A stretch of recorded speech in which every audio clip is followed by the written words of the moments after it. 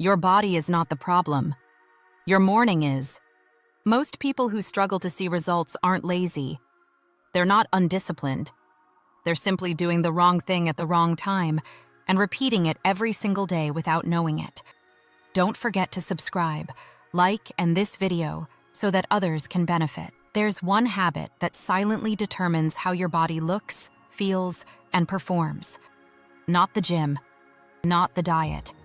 Something smaller. Something most people overlook before they've even had their first cup of coffee. And once you understand what it is and why it works, you won't be able to unsee it. Insight. Here's what nobody tells you about body transformation.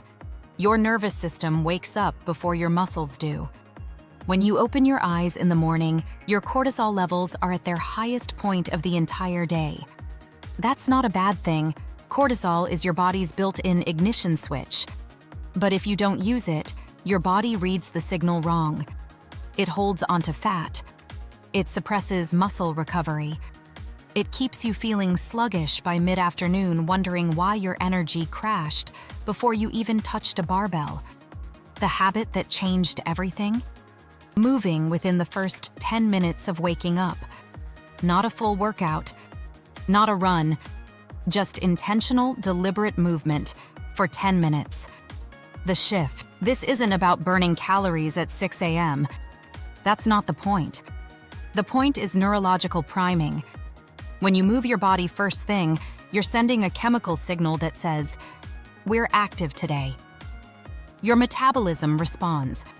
Your mitochondria, the energy factories inside your cells, begin operating at a higher baseline.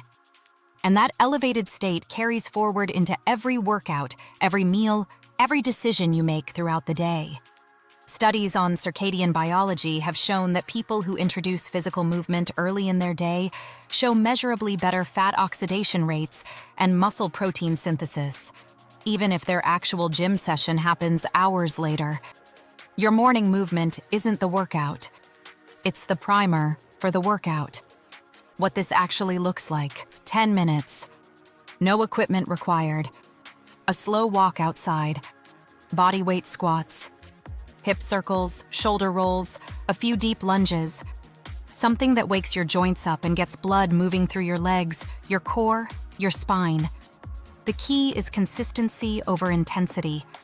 The body doesn't respond to one heroic effort. It responds to repeated signals sent at the same time, in the same direction, day after day. Within 2 weeks of doing this daily, most people report feeling less stiff, sharper mentally in the mornings, and, this is the part that surprises them, more motivated to train later in the day. Because the habit of moving early removes the psychological weight of starting. You've already started. The momentum is already there. The psychology behind it. There's a concept in behavioral science called commitment consistency.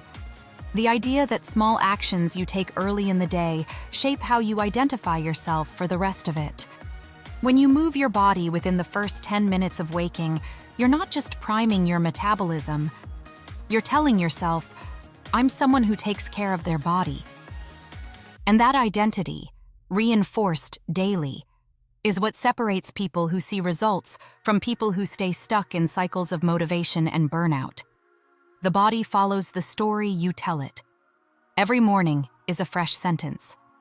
Make it the right one. Conclusion: you don't need more information. You don't need a new program, a better supplement, or a stricter meal plan. You need 10 minutes. Before the noise starts. Before the phone takes over. Before the day has a chance to convince you that you don't have time. Start tomorrow. Not with intensity, with intention. Move for 10 minutes. Do it again the next day.